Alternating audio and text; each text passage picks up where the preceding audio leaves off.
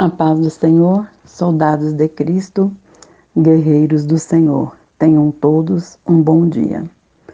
Hoje teremos a participação especial do nosso irmão e filho, Marcos Roberto, transmitindo para os nossos corações a palavra do Senhor.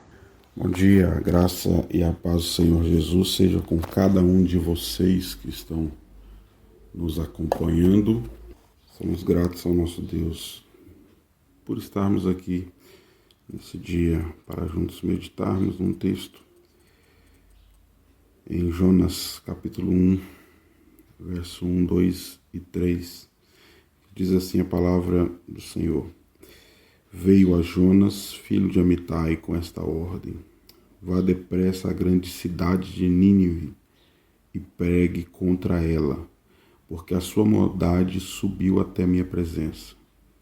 Mas Jonas fugiu da presença do Senhor, dirigindo-se para Tarse. Desceu a cidade de Jope, onde encontrou um navio que se destinava àquele porto. Depois de pagar a passagem, embarcou para Tarsis, para fugir do Senhor. Esse texto muito nos remete, nos dias atuais, quantidade enorme de pessoas que têm fugido daquilo que Deus tem para a vida dele. Jonas, ele foi um profeta incomum, ele era sensível, ele não compreendia o plano de Deus para a cidade de Nínive. Por mais que ele tivesse a direção de Deus, a orientação de Deus, por mais que ele fosse um profeta designado por Deus, lhe faltava ainda o entendimento dos propósitos e dos caminhos que Deus tinha. Quando a gente analisa essa história, a gente vê que ele tinha essa tendência de ser um pouco grosso, meio carrasco, meio justiceiro, faltava talvez um pouco de compaixão, mas Deus tinha um propósito, tanto para a vida de Jonas, quanto para toda a cidade de Nínive. E o que a gente às vezes nos pegamos fazendo, em algumas circunstâncias, estamos dizendo não para as coisas de Deus, não para a obra de Deus, não para viver o momento que Deus tem para cada um de nós. E por isso nós precisamos ter muito cuidado. Precisamos estar sempre atentos. Quando a gente analisa em Jonas 1,4, a palavra diz assim: o Senhor, porém, fez soprar um vento forte sobre o mar, e caiu uma tempestade tão violenta que o barco ameaçava arrebentar-se. O nosso não pode promover vendavais no nosso barco. O nosso não pode promover aquele sacolejo onde tudo sai de lugar.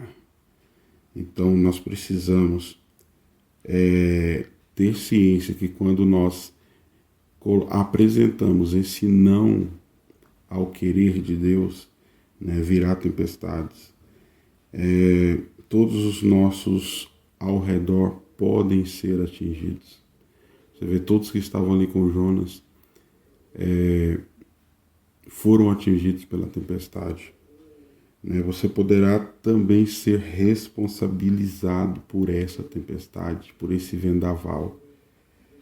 Quantos que caminham fora da direção que Deus tem dado, e esse vendaval vem e atinge a sua casa, atinge sua família, atinge os seus parentes, atinge o seu trabalho, na maioria das vezes atinge o teu ministério, a tua igreja.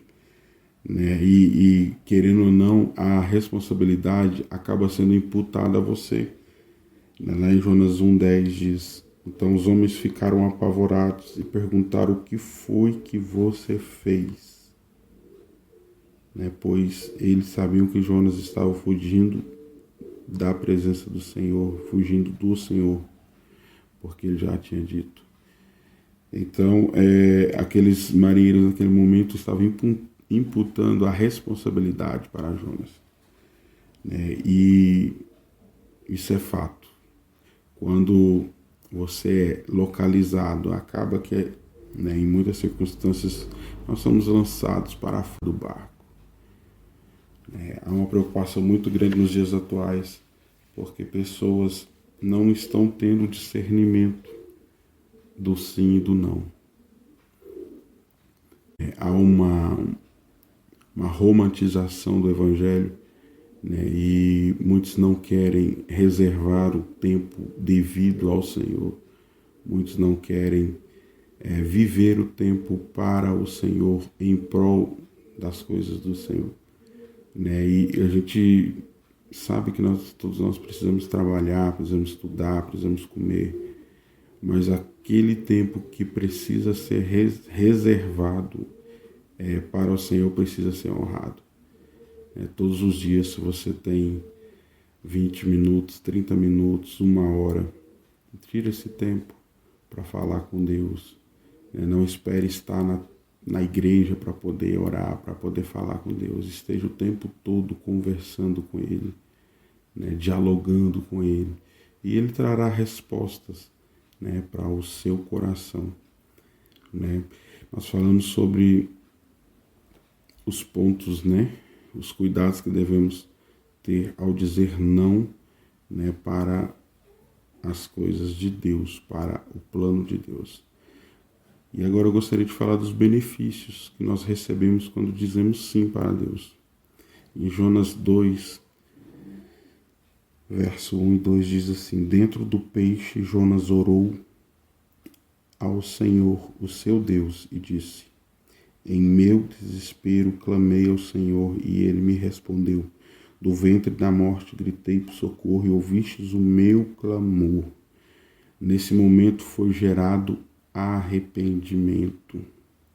Nesse momento Jonas se arrependeu, né? E é isso que, quando nós dizemos sim para Deus, Ele gera em nós, né? Arrependimento de nossos pecados, de nossas falhas, arrependimento de tudo aquilo que nós temos praticado que não agrada ao Senhor, né? E isso nos torna pessoas melhores, mais próximas de Deus.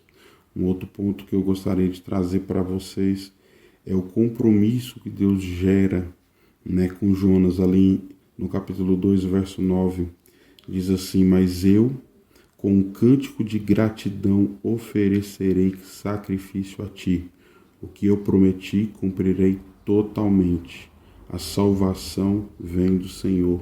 É a certeza, né? Quando você firma esse compromisso, você tem a certeza que o Senhor vai vir ao seu encontro, que vai trazer o socorro bem presente, né, nos momentos de aflições.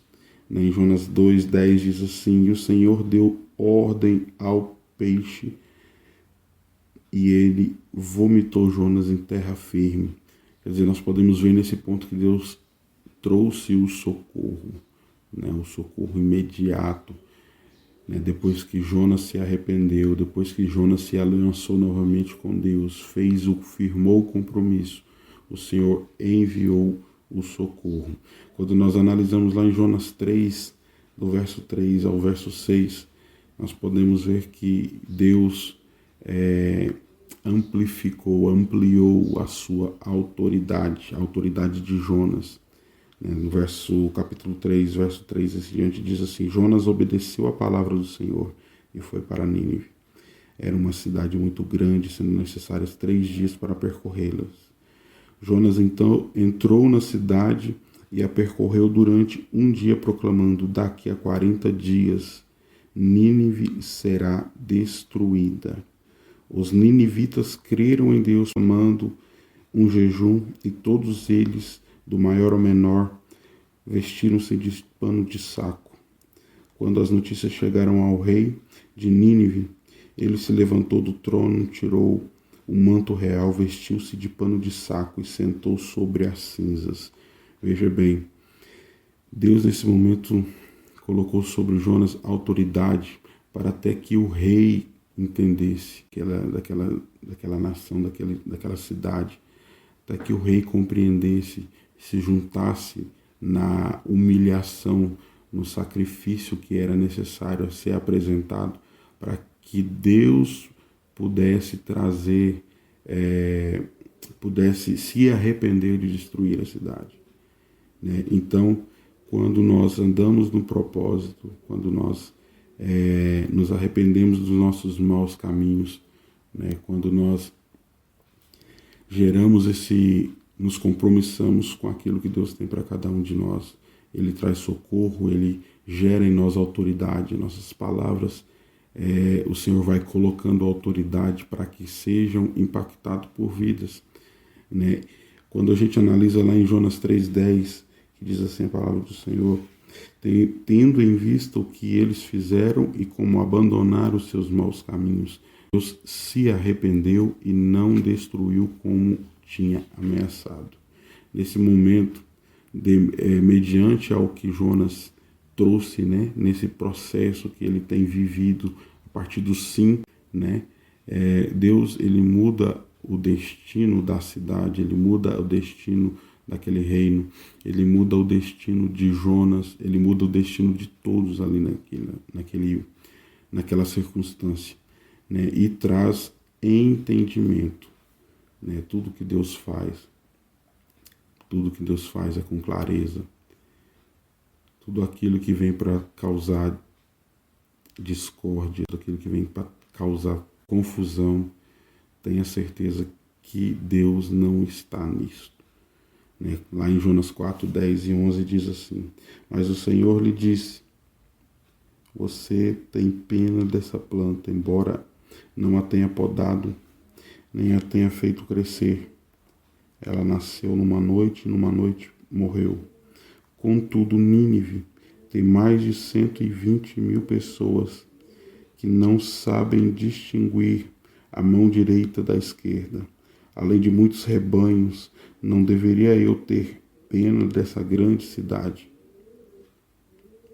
Jonas, por mais que ele cumpriu o desejo do coração de Deus, que era anunciar, né, a Nínive,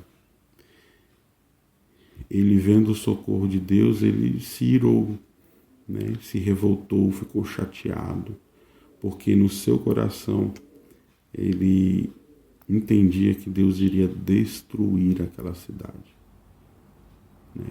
E em muitos momentos nós temos tido essa interpretação, né, que mediante ao pecado, mediante na circunstância que algumas pessoas se encontram, que Deus vai destruí-las, né, destruir todas elas, né, e Deus nos faz lembrar nesse momento que Ele, se nós nos humilharmos, Ele vai entrar com socorro.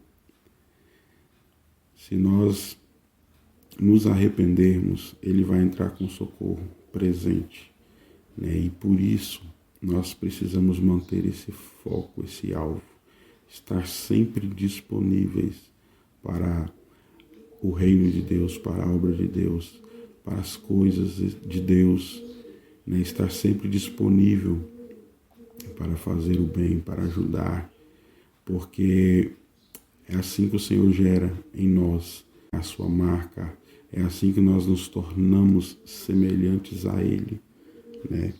Muitas pessoas se apegam a coisas que nem são delas, né?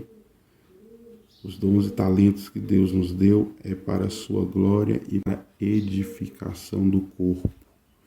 Muitos estão fazendo o contrário, né? Muitos acham que aquilo que Deus deu para ele é para ele, né? E não é bem assim. Tudo que não seja para glorificar o nome de Deus, infelizmente, o Senhor pode vir a tirar. Então, que nesse dia nós possamos estar refletindo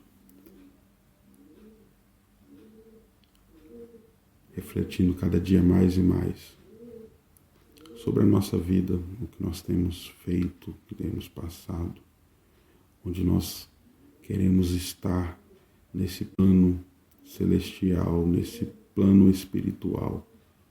Analise sua vida ao longo desses últimos anos. Qual nível de intimidade você tem tido com Deus? Será que você tem conhecido Ele apenas de ouvir falar, ou tem conhecido Ele, ou tem vivido um relacionamento intenso com Ele?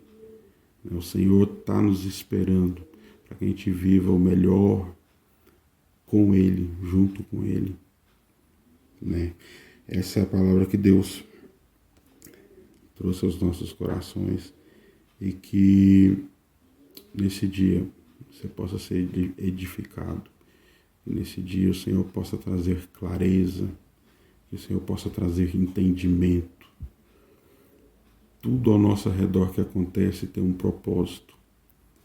Desde o levantar, desde um livramento de um acidente na rua, desde o caminhar até a escola, até o trabalho, em todos os processos, desde uma pessoa te abordando num caminho, puxando um assunto. Deus tem um propósito em tudo. Não é ao acaso que o Senhor está te colocando nesse momento onde você está. Não é por acaso. Para tudo há um propósito, e precisamos entender esse propósito para vivermos o melhor de Deus para a nossa vida nessa terra, nesses nossos últimos dias. Tá bom? Deus abençoe sua vida, Deus abençoe sua casa, lhe prospere, lhe dê saúde e sabedoria todos os dias.